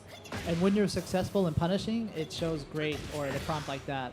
And then the CPU will continue to attack with her main attacks. はい、実はこの機能も鉄拳7にあるのでもしまだ使ったことないよって人がいたら鉄拳7でも確認してみてください。This feature was actually in Tekken 7 as well, so if you missed it the first time, please check out that game and you can look at it today. はい、そういった感じで3つぐらい紹介してあと2つあるんですけども、じゃあ次の映像をご覧ください。So that's 3, and I have 2 other methods to show you, so let's go to the next. はい、これは、反撃っていう設定の練習ですね。よく自分が使う連携の後に相手が反撃をしてきたらどうやったら対応できるかっていった、練習をすることができます。で、反撃の設定から今回は相手のパワークラッシュに対応するっていったような設定を加えております。So this is about your opponent's counterattack. So what they do when you do your attack first, and then how do they try to attack you. So you can set exactly what they'll counterattack with, and we've even added the power crush moves as well. はい、ここでは左アッパーをガードさせてワンツーを打ったりホーミングアタックを打ったりしています。 So right now with Lars, I'm doing just a left uppercut, and my opponent's attacking with either a 1-2 or with a power crush move. 今みたいに左アッパーをガードして横に移動すれば、手痛い反撃を与えることができるっていったような本当に結構マニアックですけど便利な機能を追加しました。 So from this practice, you'll learn that after your left uppercut, if you sidestep straight away, you can create an opening in your opponent. So it is a bit more of an advanced way of practicing, but it's very useful. はい、では最後にもう一つ状況記憶っていうものを用意しました。こちらはもうありとあらゆる状況を記憶していて 3D 格闘ってやっぱり軸があったり奥行きがあって相手の立ち位置等も含めてすごく複雑な状況が起きやすいんですけど、そういった状況を繰り返し練習するためのモードです。 And the next one we want to talk about is the saving the settings on a certain situation. So since this is a 3D fighting game, you, your opponent, the space between you, where you are in the stage, there's so many different elements, right? So you can save a certain situation as you like. はい、これの使い方も映像がありますのでご覧ください。 And we have footage to show how to use this. So next video, please. はい、例えば空中コンボの途中から練習したい場合に途中を記憶できます。 For example, you might want to practice a certain part of the aerial juggle, so you can save a certain section and restart from that section. ここで記憶 So here you'll save, そして再現してその後のレシピを練習するみたいなことができます。 and then restart from that instance to find different combo recipes.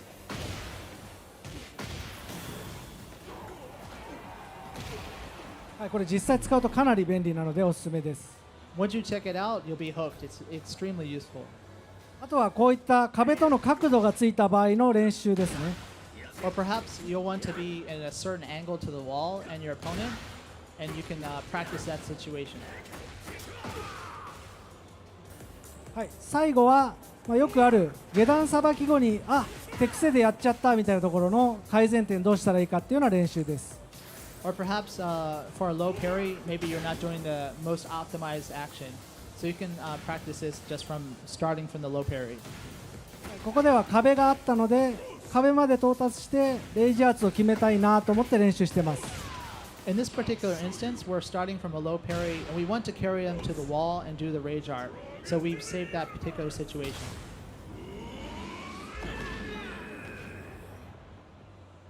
はい、以上になります。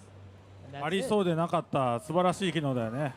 You would think that someone would make that already, but it's great to have it now for Tekken 8. はい、なんで本当に筋トレのジムじゃないですけど鍛えたい部位ごとにいろんな練習をしてパーフェクトなプレイヤーを目指してください。 So it's almost like going to the gym to be a bodybuilder. In this manner, you can kind of strengthen the various areas of your game to become a more well-rounded player.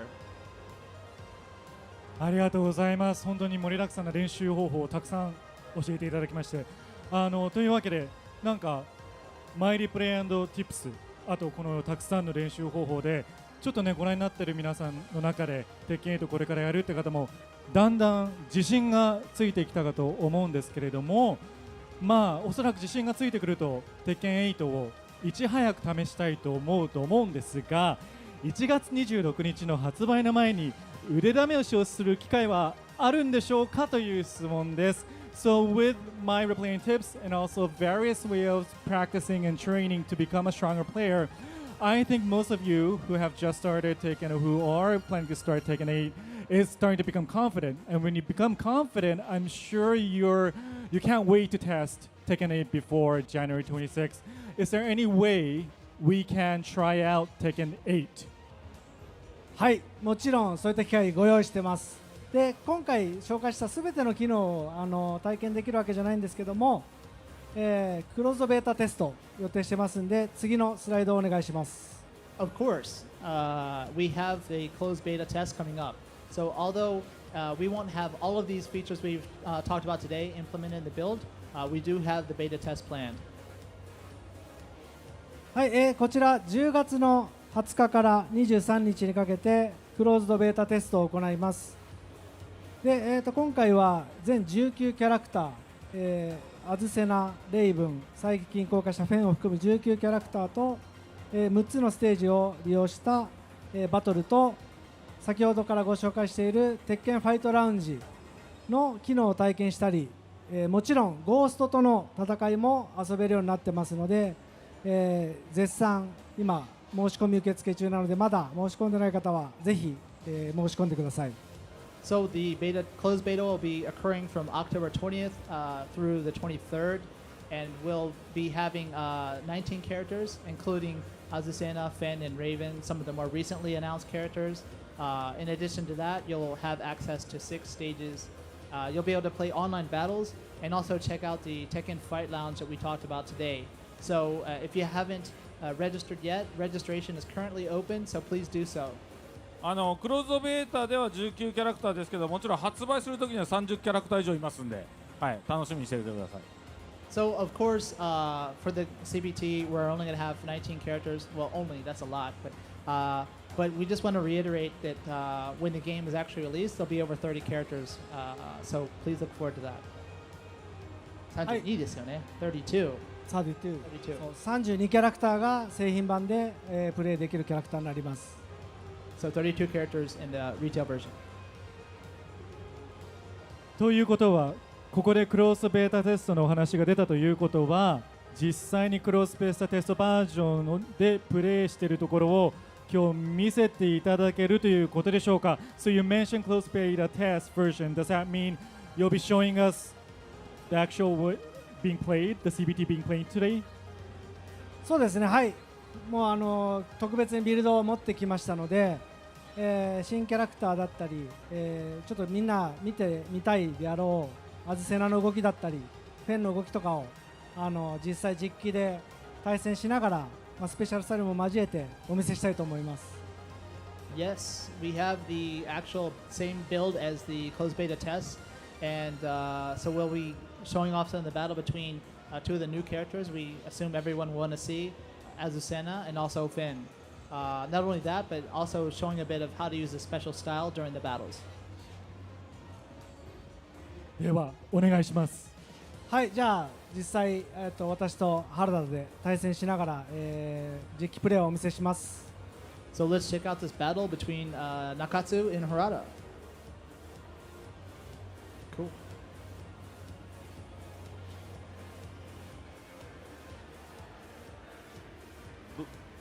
ここに座んの？こっちです。 OK。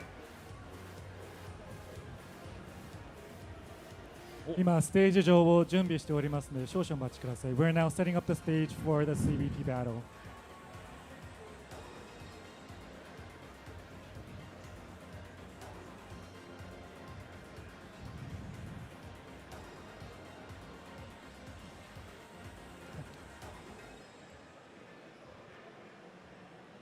オプション。一番左です。じゃあちょっと待って、これが出ちゃう。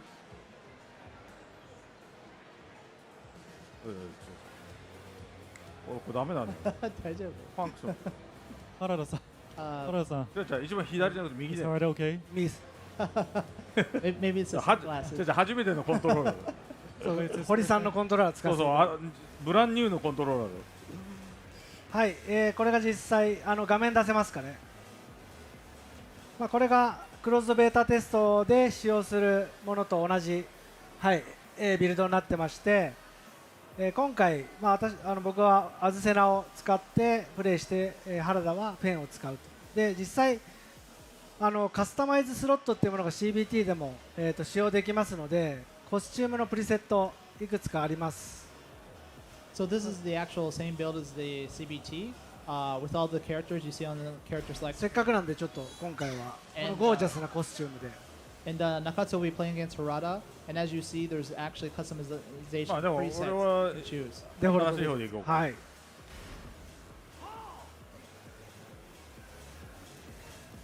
で、今回新たに追加されたのがこのオルティスファームというペルーのマチュピチュをモチーフにしたコーヒー農園のステージになってます。And they're going to select the Ortiz farm, which is brand new for CBT, based on Machu Picchu. では、早速対戦していきましょ So let's start. Get ready for the next battle. う。はい。ロードが速いね。ロード早いですね。 Load's pretty quick, huh? まあこの演出はスキップできますんでね。はい Of course, you can skip the intro if you want to. 実際こうやって普通の操作だったり、もう僕はスペシャルスタイルにしてます。はい、いつでもこう切り替えられますんで、 And you can see that you can switch between special style at any time, on or off. Harada's going with special style on.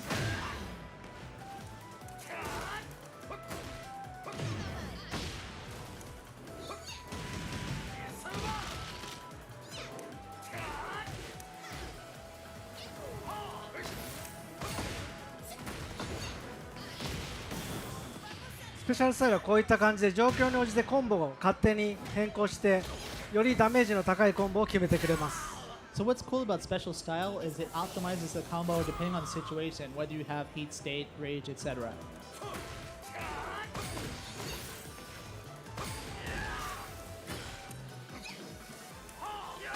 はい。あとはスペシャルスタイルも実は出せる技が増えてて、普通の四角だとヒート発動技が出るんですけど、前と四角を押すと相手に技を、仕掛けて攻めを継続するような技を出せたり、後ろと後ろだとワンツーとか、ね、ワンツーが出たり、で前だとこういうふうに詰める、はい、結構前のクローズネットワークテストよりも、拡張と改善をしています。で下段攻撃もですね、実は前と入力をすると変わったり、こういうふうにこれもワンボタンで出てます、ね、ワンボタンレバー前とワンボタン。 It's actually different than. 後ろだとこういうふうに投げが出る。So, and you can see it's changed from the CNT because for the square button and for the cross, you can actually now do directional inputs along with it to get different variations of the special moves or lower attacks. ということでよりスペシャルスタイルが遊びやすくなってますんで、その辺もクローズドベータテストでご確認ください。So it's even easier than before to check out special style. So we hope you'll try it out in closed beta test.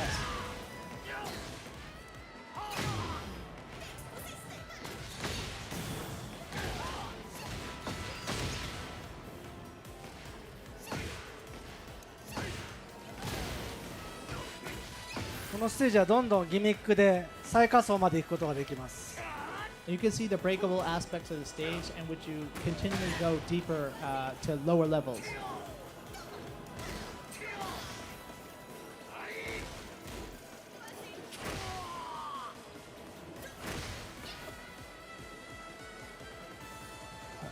あとアズセナは結構このリベルタドールって構えがあると上段をこうやって勝手にかわしてくれたり、集団攻撃以外であれば自動で避けてかわしてくれるのですごく楽しいと思います。 And you can see Azusen is using a special stance which allows her to automatically dodge high attacks. So she's quite fun to play.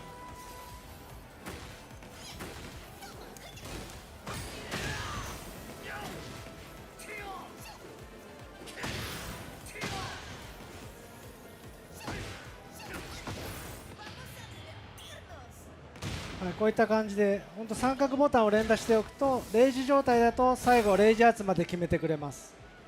でレイジアーツ系をするとコーヒーの CM 風の演出が入ります。 So just when you have rage available, just pushing the triangle button in quick succession actually leads to a combo with a rage arts finisher.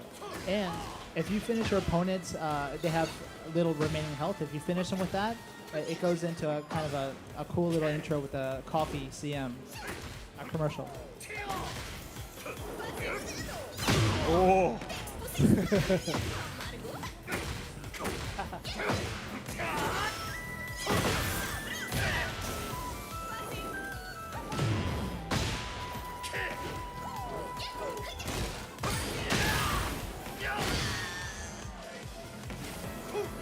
はい、こんな感じで知らないキャラクターでも誰が使っても楽しめると。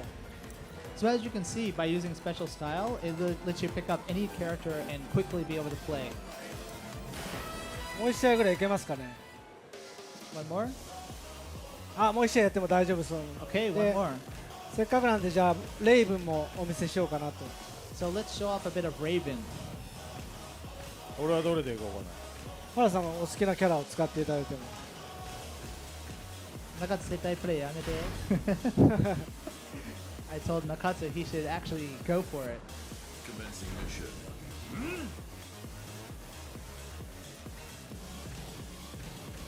はいさっきは新しいステージだったので今回結構広めのステージをじゃあお見せしたいと思います So now we want to show you a much wider open stage.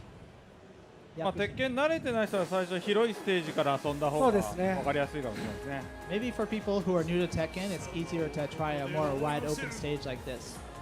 なのでぜひ自分の好きなキャラを見つけてこうやってスペシャルスタイルから遊んでもらえると楽しいと思います So we'll help you find a character you think looks cool and then check them out using special style. It's quite fun.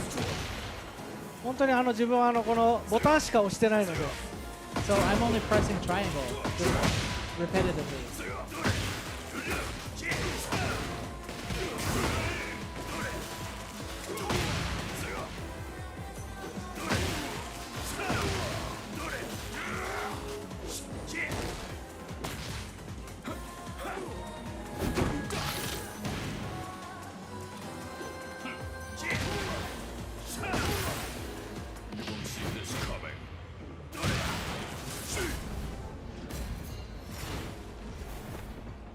こういった感じでレイジアーツもボタン一つで出せます In Rage Arts, you can also do just with one single button press.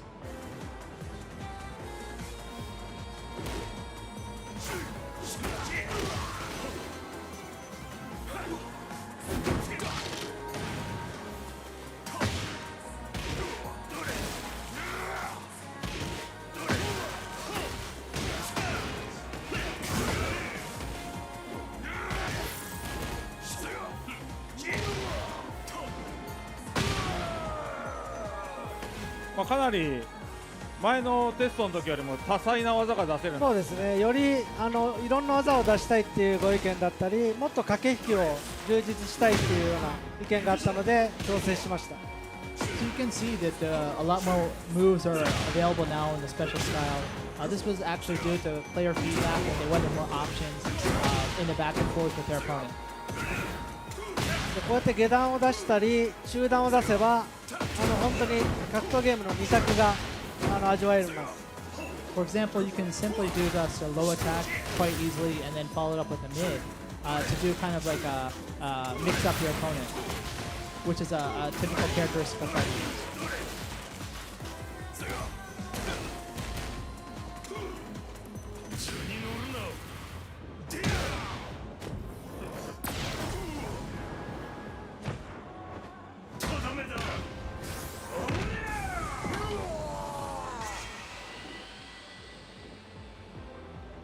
所詮は雑魚だったな。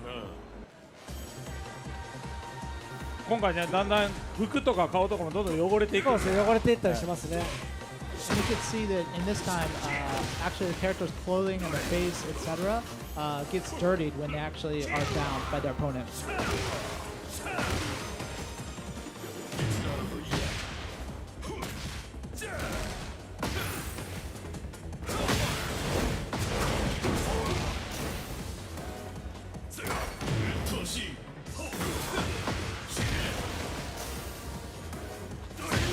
はい、今みたいにヒートバーストにパワークラッシュ性能がついたのも最近の変更点で CBT では体験できます You might have noticed another change we made since the CNT. The Heat Burst now have a Power Crush attribute to them. はい以上で終了ということなので、はい、スペシャルスタイル含めて最新のバージョンの魅力はちょっとうまくお伝えできたかなと思います。はい。 So, and that's it for the footage of the actual online battle. We hope that some of the stuff that we've been telling you guys about today, you were able to see it from the actual battle between the two. はい、なのでぜひまだ遊びたいなと思った方はクローズベータテストお申し込みをお願いします。So if you're excited to play the game right away, please apply for the CBT. それでは前の方にお願いいたします。本日は鉄拳8の情報を盛りだくさんお送りしてまいりましたが、あいにくお時間となってしまいました。ここでですね、一言ずつ伺いたいと思います。So Sally, it is now time to wrap up today's fruitful talk session. But before we finish, I'd like to ask a word from each of our Tekken members. それでは原田さんからお願いします。はい、鉄拳8かなりこのもう2時間話してきましたが、はい、それでも足りないぐらい実はいろんな要素が入ってますので、何よりもパッケージで買って1人でもかなり長く、楽しめるんで、ぜひね、早期予約の特典とかなんかいろんなエディションもあるので、買うってちょっとでも気になったらもう今のうち予約した方がいいです。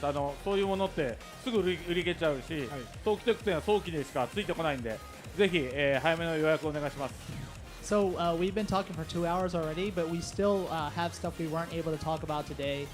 So the game is actually going to be amazing, not only to play by yourself, but online against other people. So if you thought maybe this is for you, you should go ahead and pre-order today. You might have noticed we have bonuses for that. There's also different editions that'll probably sell out quite quickly. So you should pre-order as soon as possible. ありがとうございます。では次池田さんお願いします。はい、本当、2時間あっという間でしたけども、こういった機会を設けていただいて本当感謝しています。で、開発メンバーも今回とんでもないボリュームかつ品質も高く最高の鉄拳を、お送りしようと日々開発頑張ってます。で、今回その会場に来てくれた開発メンバーもいますが、忙しくて来れなかった人も今頑張ってくれてるんで、きっと魅力は今回の配信でしっかり伝えられたかなと思います。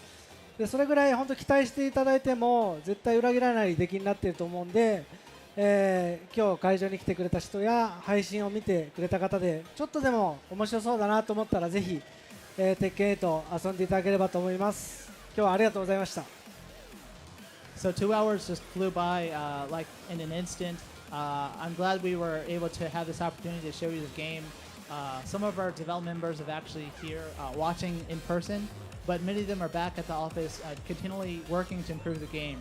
So whether it's the volume of Tekken 8 or whether it's the high level quality of all the components we created, we're quite confident that it's an excellent package. So even no matter how excited you are about the game, if you purchase it, we're sure that you're going to enjoy it. So we can't wait for you to have your hands on it. ありがとうございます。それでは最後にマイケルさんお願いいたします。こうやって日本の場でこうプレゼンするのはあまりないからなかなか新鮮な感じではあります。で、今回2人も言ったんですけど、なかなかいろんな話ができたんですけど、実際自分で遊ぶと全然違うので、僕ももう仕事忘れて対戦例えば原田とよくするんですけど、もうあっという間に時間経ってもう遊び足りないっていうのは結構あるので、実際皆さん本当 CBT 申し込んで遊んでほしいと思ってます。So in English I'll translate for myself. It's quite interesting to be here at TGS. I don't really get the opportunity to be in front of the Japanese audience, so it's been great. Also, like we were saying, there's so many cool features about Tekken 8. It's hard to describe it all, but I think playing it for yourself will give you all you need to know. I often play against Harada in many instances, and you forget the time so much, and I always want to play more, so please sign up for CBT if you haven't, and check out the game. マイケルは予約した？もう予約した？全バージョン当然予約しました。もちろん予約してます、僕も。はい。They think that everybody pre-ordered already. というわけで、原田さん、マイケルさん、池田さん、本日は本当にありがとうございました。Thank you very much for coming, Mr. Harada, Michael, and 池田さん。こっちです。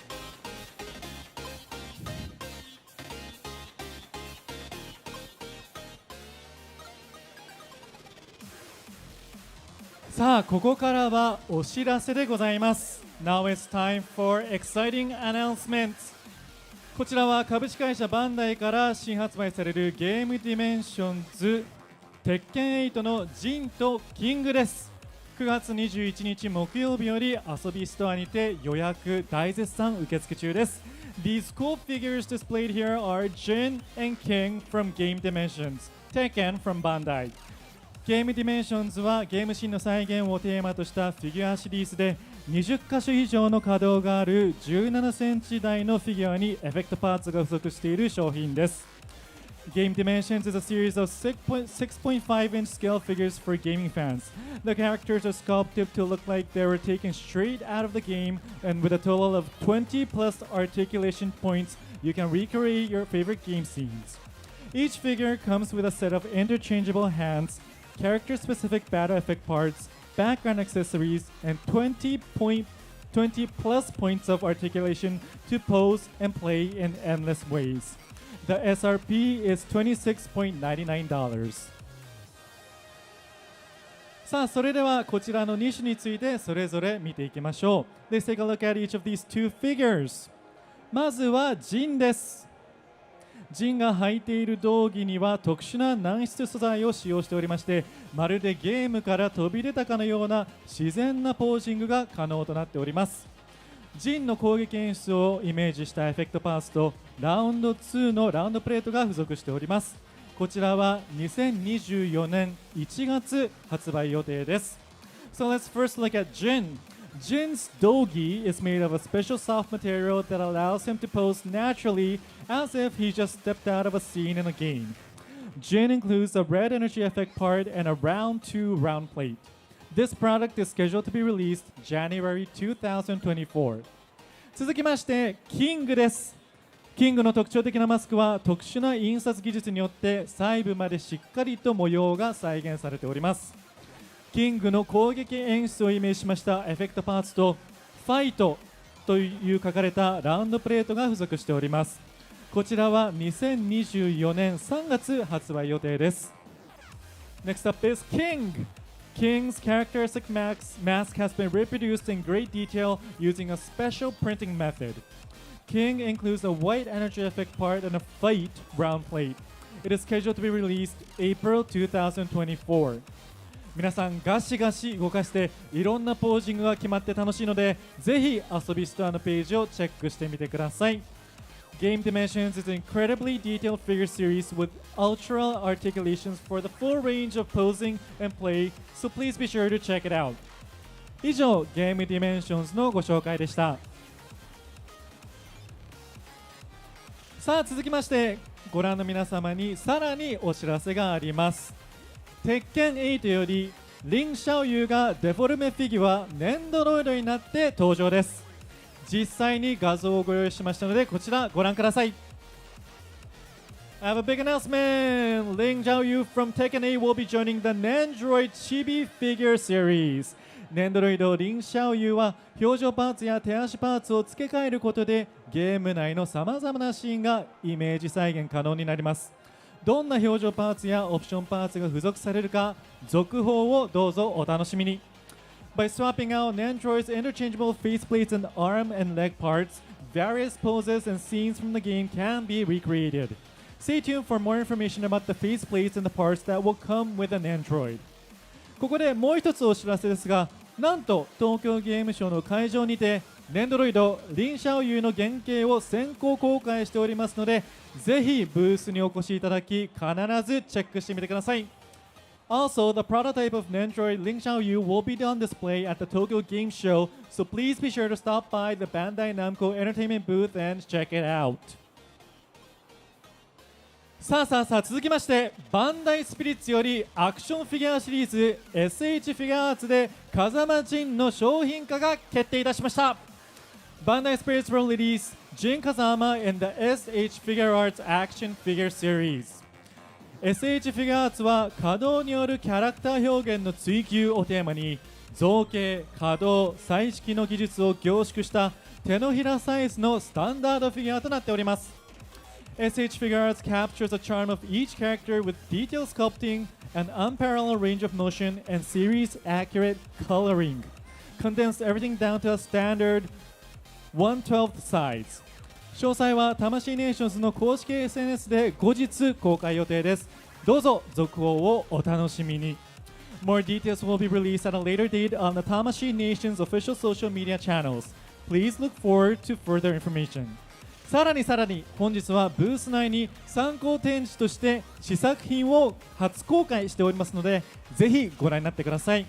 Also, the actual figure is on display for the first time today in the booth, so please be sure to take a look.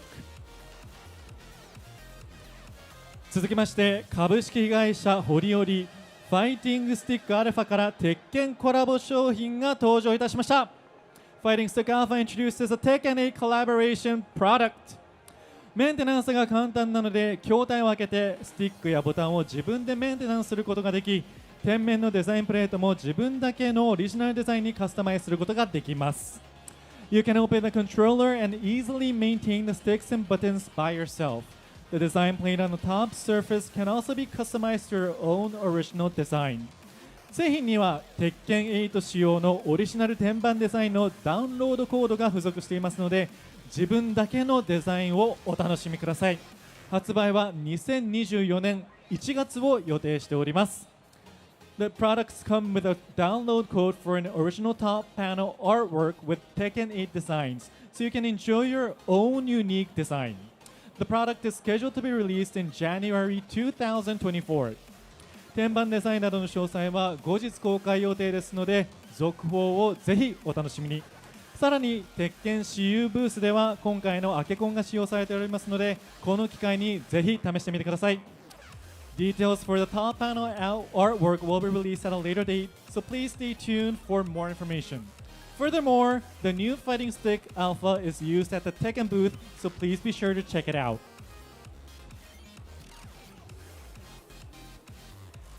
そして東京ゲームショウ一般公開日初日である明日9月23日午後3時45分からは、こちらのステージにてストリーマーのスパイギアさんとゲーム実況者のあっさりショコさん、鉄拳シリーズの実況解説でおなじみのゲンヤさんをゲストとしてお招きし、スパイギア VS あっさりショコ、俺は全てを手に入れる鉄拳8総取りバトルを開催いたします。